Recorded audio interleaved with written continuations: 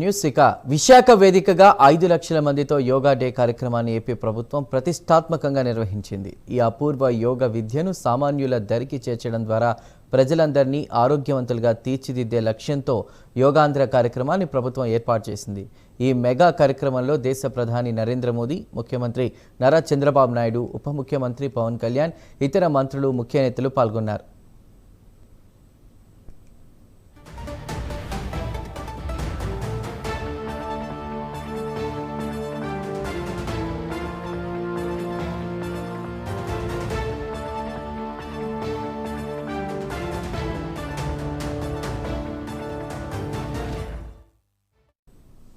చేసిన దార్శనికులు మాత్రం గౌరవ ప్రధానమంత్రి శ్రీ నరేంద్ర మోదీ గారు. భారతీయ సనాతన ధర్మం తాలూకు విశిష్టతను యోగా ద్వారా విశ్వవ్యాపితం చేసిన ఘనత ఆయన సొంతం. యోగా సాధకులు ఎంతటి దృఢచిత్తాన్ని కలిగి ఉంటారు, ఒత్తిడి జయించి సంకల్ప సాధకులుగా ఎలా నిలబడతారన్న దానికి కూడా మన గౌరవ ప్రధాని శ్రీ మోదీజీ గారు నిలువెత్తు ఉదాహరణ. ప్రపంచ యోగా దినోత్సవం యావత్ భారతవానికి, భారతీయులకి దక్కిన గౌరవం. సరిగ్గా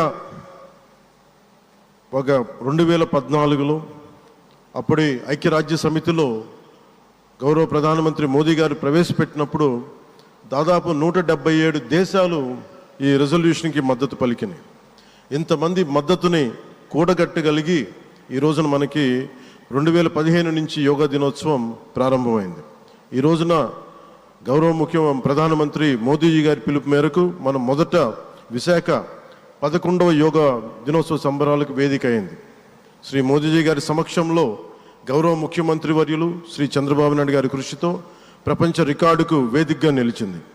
విశ్వనరులు మోదీజీ గారి పిలుపు మేరకు యోగా ఒక వన్ ఎర్త్ వన్ హెల్త్, ఈ ఆరోగ్యం థీమ్ని ఈ వేదిక నుంచి ప్రతి ఒక్కరూ ముందుకు తీసుకెళ్లాలని మనస్ఫూర్తిగా కోరుకుంటూ, honourable prime minister Narendra Modiji, his excellency governor of Andhra Pradesh, honourable minister Ayush government of India, deputy CM Shri Pawan Kalyan ji, honorable ministers from government of India and government of Andhra Pradesh and all respected participants across the world who joined us today.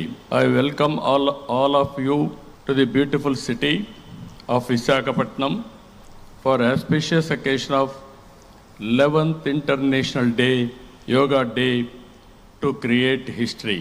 I am thanking our visionary Prime Minister Narendra Modi ji for making yoga popular not only in India, across the world.